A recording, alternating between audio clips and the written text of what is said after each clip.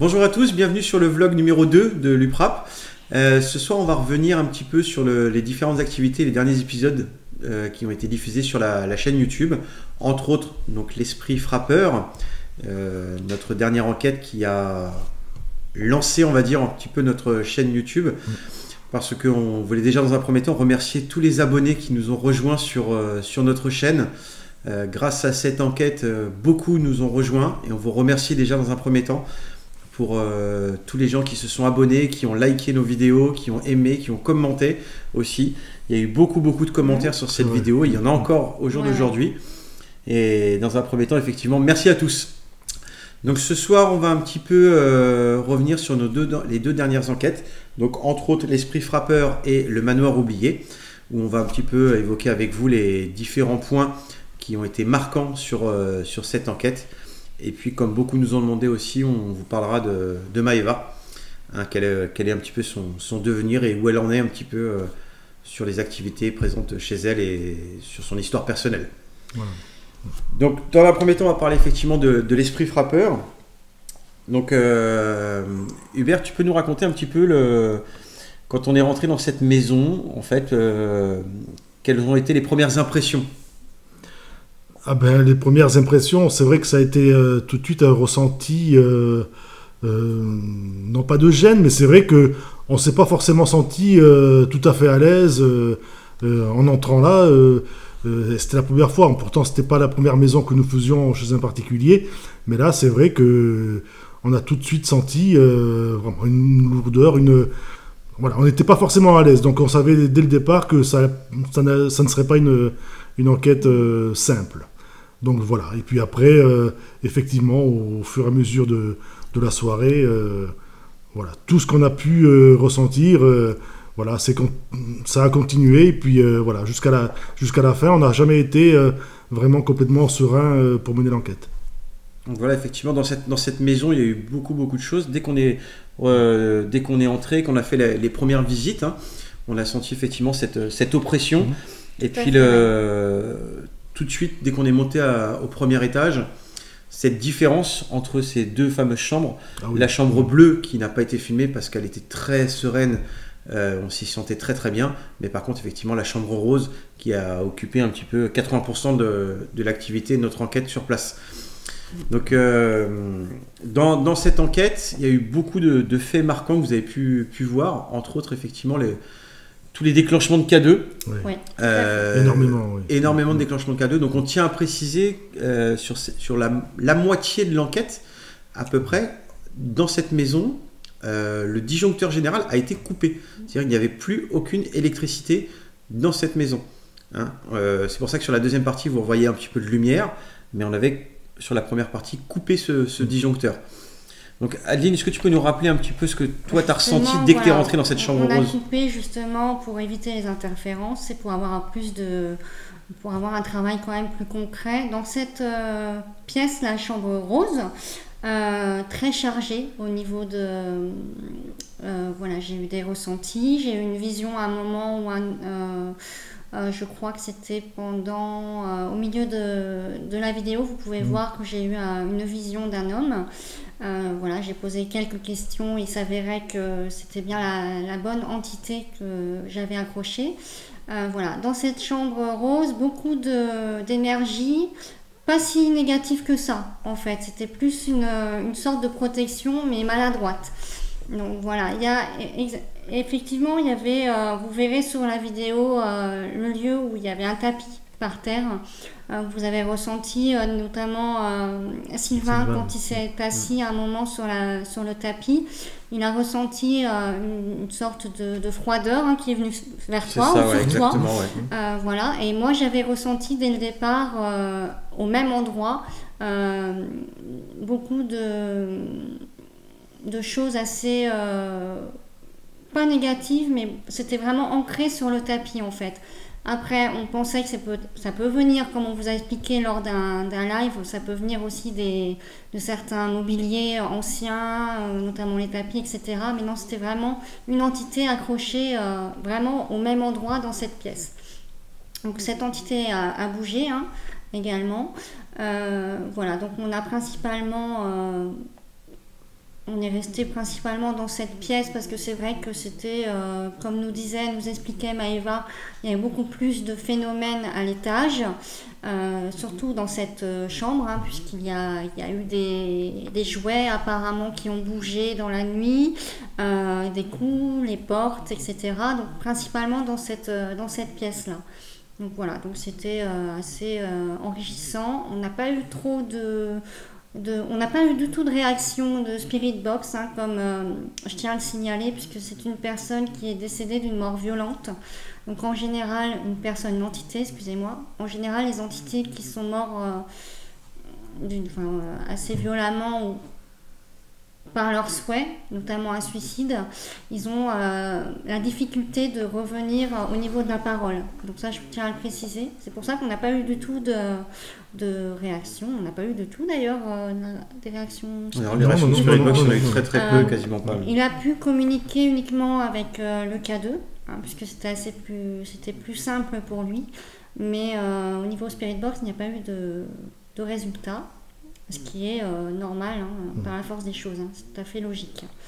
Donc voilà, donc c'est vrai que Maëva est suivie, hein, donc moi je la suis, nous avons effectué cette enquête il y a maintenant ça va faire 2 mois je pense maintenant. Oui, facilement, oui. Il faut savoir que Maëva, lorsqu'on fait une enquête chez un particulier, il y a un travail avant et surtout après, donc on la suit toujours. Voilà, moi je la suis jusqu'à temps que voilà, s'il y a besoin d'un long suivi, je serai là pour elle, il n'y a pas de souci.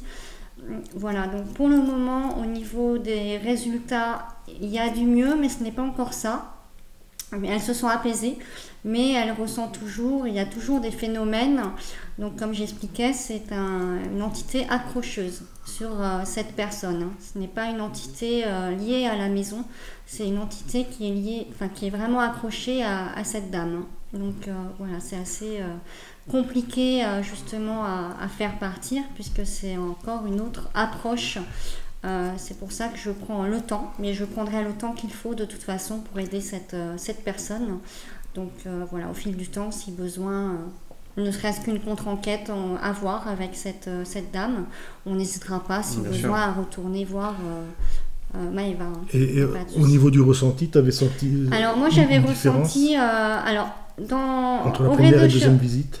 Oui, alors moi je suis retournée après cette enquête 15 jours après, suite à une demande de Maëva.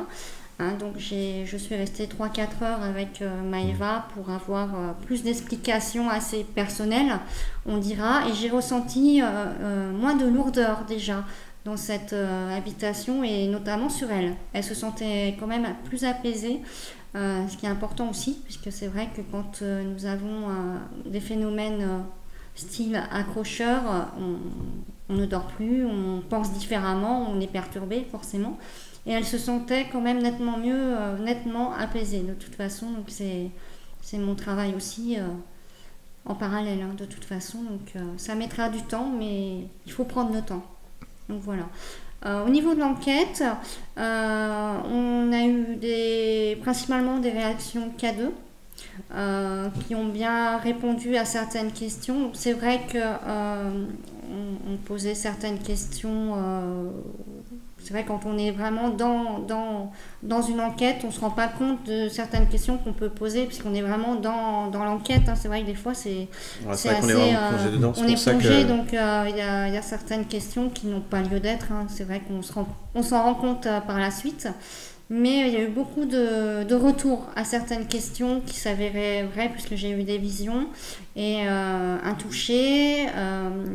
Sylvain, tu as eu un ressenti, tu as même une sensation de froid sur le tapis. Sur le tapis. Ouais, voilà, et sur le tapis, la réaction du K2 par la suite, quand on a demandé si Sylvain était le bienvenu vraiment sur le tapis, ça a bien réagi à ce niveau-là. Donc c'est vrai qu'on a eu quand même des retours assez positifs. Oui, parce que c'est vrai que pendant un petit moment, l'entité a bien compris, d'ailleurs à ta demande, faire réagir le K2 pour répondre à une question en disant oui. Et justement, par contre, en ne faisant pas réagir le K2 pour une réponse négative. Et ça, à un moment donné, ça a été vraiment bien... C'était vraiment un jeu de questions-réponses. Oui, C'est vrai tout à fait, tout à fait. quand on pose les bases, de toute façon, une entité, c'est comme une personne vivante, entre guillemets. Il ne faut pas les prendre de haut ou quoi que ce soit. Il suffit simplement de poser des règles de communication. Et le jeu de questions-réponses avec le K2, oui, non, on allume, on éteint, c'est la manière la plus simple de répondre. Voilà. Effectivement, dans les commentaires qu'il y a eu suite à la vidéo, il y a eu quelques retours où des gens nous disaient qu'on allait trop vite, pas assez espacer le temps de réponse entre les questions, etc. Mais comme disait Adeline, dans le feu de l'action, on ne pense pas non plus, on n'a pas une montre en se disant on pose une question, on attend 20 secondes de voir s'il y a une réponse, s'il y a quelque chose, il n'y a pas, etc. On reprend. Tout n'est pas chronométré, rien n'est planifié, c'est vraiment sur l'instinct. Donc les questions elles viennent au fur et à mesure de nos ressentis, de ce qu'on a besoin de poser. Et une question en engendre une autre, qui en engendre une autre, etc. etc. C'est vrai que la question toute bête, êtes-vous toujours là? Et on attend pertinemment une réponse, s'il n'y a personne qui ne va pas répondre. C'est totalement logique, mais ce n'est pas forcément quelque chose auquel on y pense dans une enquête. D'accord? Parce qu'on a nos enquêtes, une enquête paranormale, c'est pas un scénario, c'est pas prédéfini, c'est pas écrit, et c'est vraiment des réactions sur l'instant T. Et c'est pour ça que quelquefois, effectivement, il y a des questions inappropriées, mais ça, c'est tout à fait normal. N'importe quelle conversation que vous aurez avec quelqu'un, un échange, un dialogue, il y aura forcément un moment où ça ne sera pas adapté ou en décalage. Donc, pour terminer un petit peu sur le retour de l'esprit frappeur, donc aujourd'hui, Maëva, comme l'a dit Adeline, vit nettement mieux dans son habitation. Un esprit accrocheur ne pourra pas disparaître du jour au lendemain. C'est un travail qui est très long, qui demande beaucoup d'efforts. Tout à fait.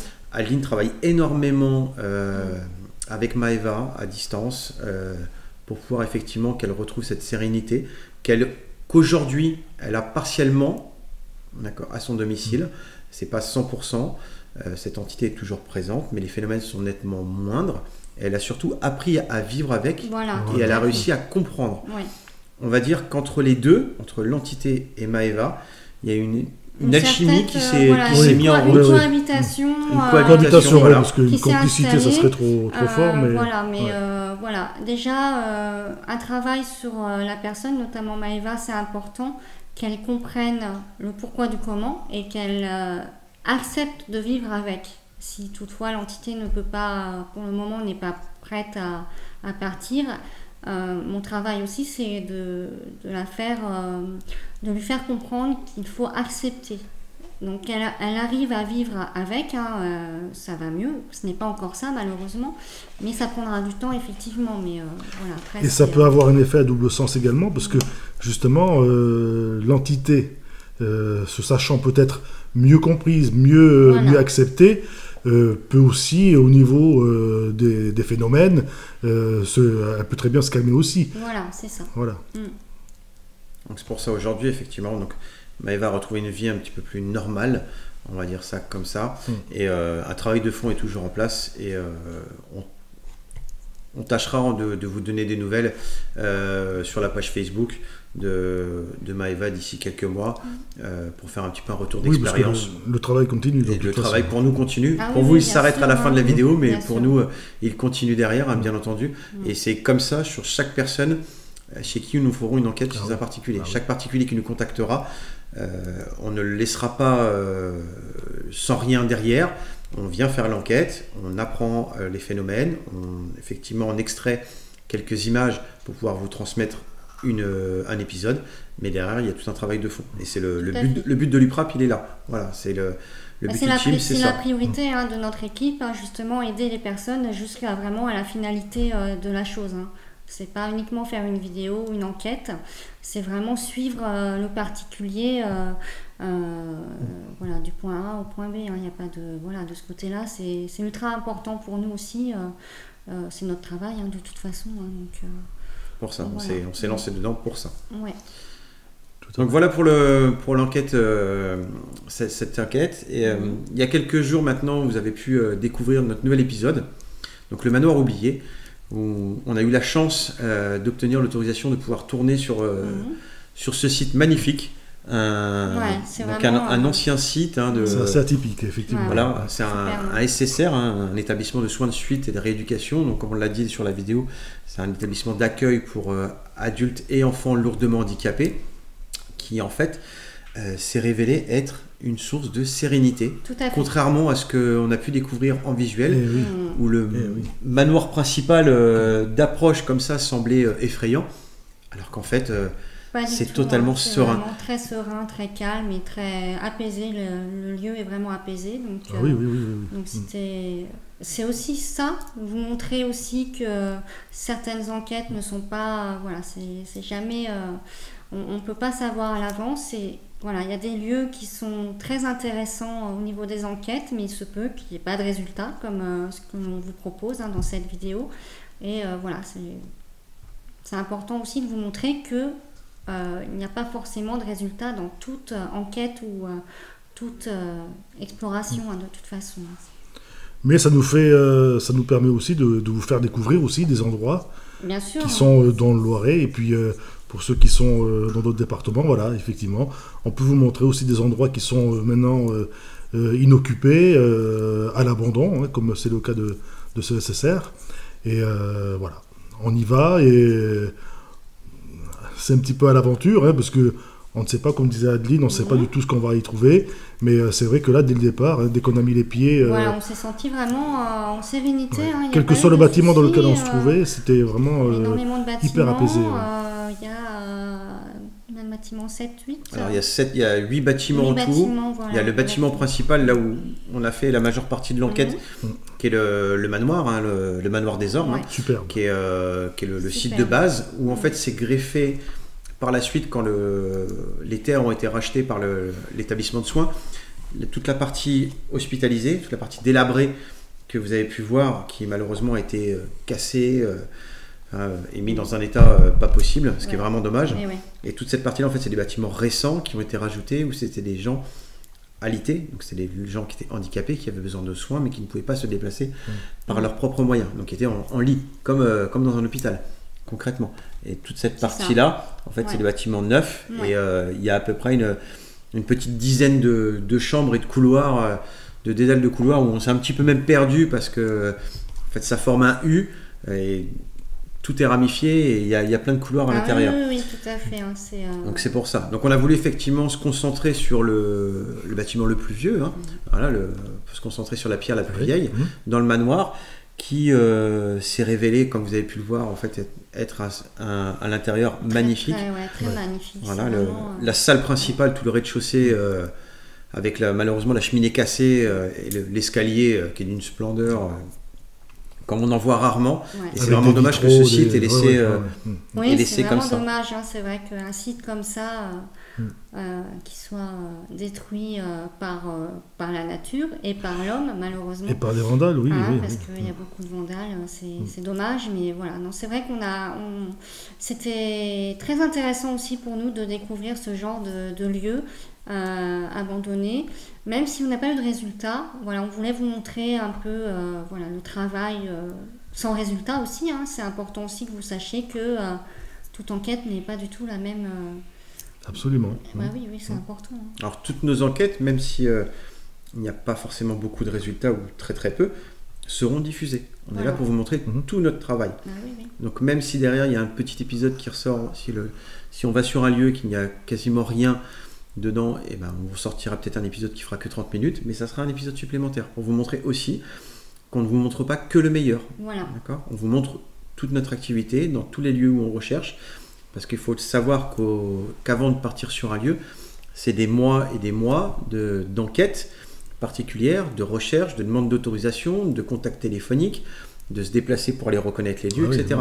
Il y a énormément de travail. Donc la moindre des choses, si on passe 6-7 mois à chercher un lieu et d'obtenir une autorisation, si derrière, effectivement, sur la vidéo, il n'y a pas grand-chose, qu'on le laisse comme ça à l'abandon et qu'on classe, c'est un peu frustrant. Tout à fait, surtout sur des sites comme ça, où ils sont assez... ils ont une splendeur assez particulière. Hein. Donc c'est vrai que c'est dommage.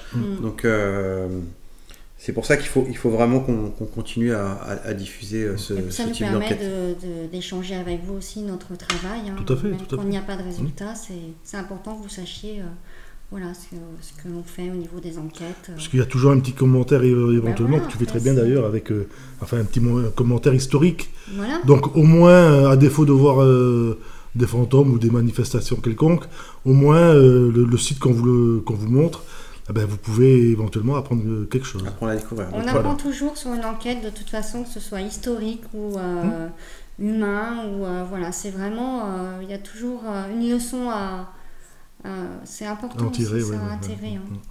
Donc, pour la petite histoire concernant ce domaine, donc le SSR qui était installé à l'intérieur a déménagé en 2007, comparé à ce que je dis au début de la vidéo, où je parle de 2014. Non, après les recherches, c'est vraiment 2007. Ils ont déménagé pour s'installer un petit peu plus loin sur un hôpital, en fait, dans une annexe d'un hôpital. Et donc depuis 2007, ce lieu a fait l'objet de différentes ventes qui malheureusement n'ont jamais trouvé preneur. Ouais. Un promoteur immobilier a même racheté l'ensemble du site pour essayer de le couper en parts et de la mettre aux enchères, et ça n'a pas trouvé preneur. Et là, à l'heure actuelle, les propriétaires du lieu sont une commune du canton à qui a été cédé l'ensemble des terres et du domaine. Donc malgré tout, ça appartient à quelqu'un, même si c'est abandonné.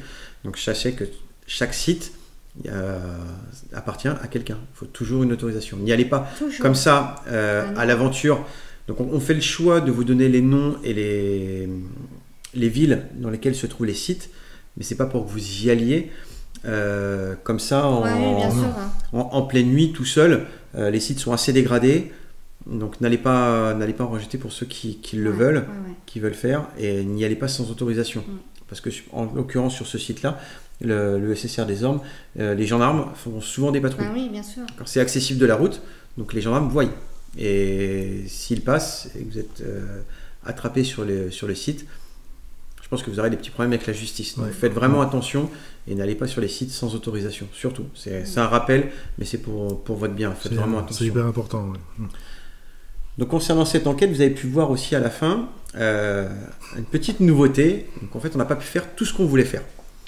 On s'est concentré sur le bâtiment principal, donc sur le manoir, mais on aurait bien aimé enquêter sur les annexes et sur la partie hospitalisation. Mais malheureusement, quand on a commencé à vouloir partir, vous avez pu le voir, on n'était pas tout seul. On a découvert malheureusement que à 20 mètres de nous, donc on était dans le noir total. Hein. On ne voyait vraiment pas, on était vraiment dans le noir total. On n'avait pas mis de caméra infrarouge. Mais juste derrière, il y avait un petit bâtiment qu'on voit au tout début de l'enquête. C'est le bâtiment où il y a l'affiche de la CGT. Donc en fait, dans ce bâtiment-là, il y avait des vandales qui sont rentrés.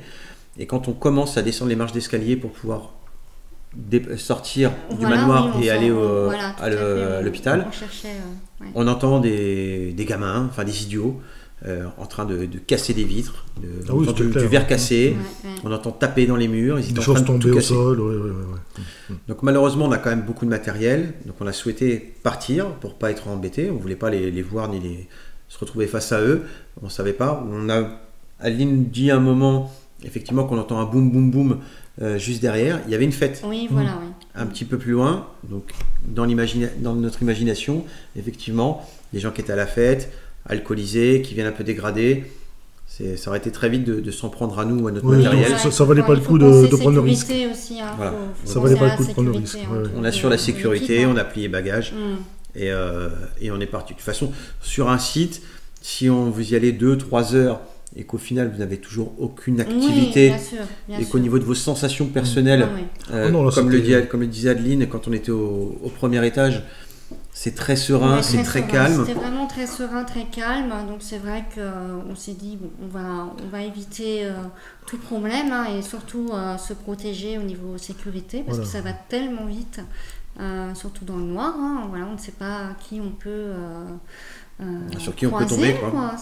Mais c'est vrai que c'est dommage parce que du coup ça a écourté un petit peu notre visite parce que justement on s'y sentait tellement bien qu'on s'était dit tiens, on va peut-être faire 2 ou 3 analyses dans un bâtiment annexe et finalement non, les jeunes ne nous ont pas laissé le temps de pouvoir le faire. Mais bon, c'est pas grave, c'est pas... Les aléas d'une enquête aussi. Tout à fait. Ça ne se passe jamais comme prévu de toute façon. Non, c'est jamais bien tracé. Une enquête. C'est pour ça. Donc voilà pour les 2 épisodes, les 2 derniers épisodes que vous avez pu retrouver sur notre chaîne. Donc dans l'avenir, ce qui vous attend, on vous réserve une petite surprise à la rentrée, hein, au courant le mois de septembre. Vous verrez sur notre page Facebook, on vous lancera un petit truc pour vous, en fait, exprès pour les abonnés des 2 pages, d'accord. On vous en dit pas plus, vous verrez ça, mais il y aura des belles choses à la clé, on l'espère. Ensuite, on a pas mal de lieux. Hein, on va essayer là, à partir du mois prochain, là, donc sur le mois d'août, le mois de septembre, avant la période hivernale, de pouvoir tourner un maximum de vidéos, tant bien que mal, dès qu'on aura des autorisations concrètes sur des lieux inédits. On vous promet aussi de très belles enquêtes dans des... Alors, j'en dis pas plus, dans des lieux, hein, dans des lieux vraiment inédits où jamais personne a enquêté. Et ça se restera pour l'instant sur la région, hein, donc on ne se déplace pas. Et on a déjà les autorisations. Donc on n'a plus qu'à y aller, notre matériel, tourner, analyser tout ça, vous faire les épisodes et les diffuser après. Donc beaucoup de boulot. Donc surtout, n'oubliez pas, si vous connaissez dans votre entourage ou si vous avez besoin de nous, si chez vous, vous êtes témoin de phénomènes ou quoi que ce soit, n'hésitez pas à nous contacter. Via la boîte mail, via la page Facebook. Maintenant, il y a même un compte Instagram. Hein, vous avez pu le voir sur nos pages. On a même un compte Instagram où on diffusera les photos d'enquête qu'on prendra. Donc, vous allez pouvoir nous trouver sur le multi-support. Donc, si vous avez besoin de nous, si vous connaissez quelqu'un qui a besoin de nous, n'hésitez pas à venir. Adeline, Hubert ou moi-même, on se fera un plaisir de vous répondre, de discuter ensemble et d'échanger sur vos besoins. Et puis, peut-être d'envisager une enquête si c'est nécessaire. Exactement. On est à votre disposition. Voilà. Merci en tout cas à tous pour ce visionnage. Et puis, n'oubliez pas de vous abonner à nos pages YouTube et Facebook si ce n'est pas fait. Et puis, à bientôt pour de nouvelles aventures. Merci à vous. Merci.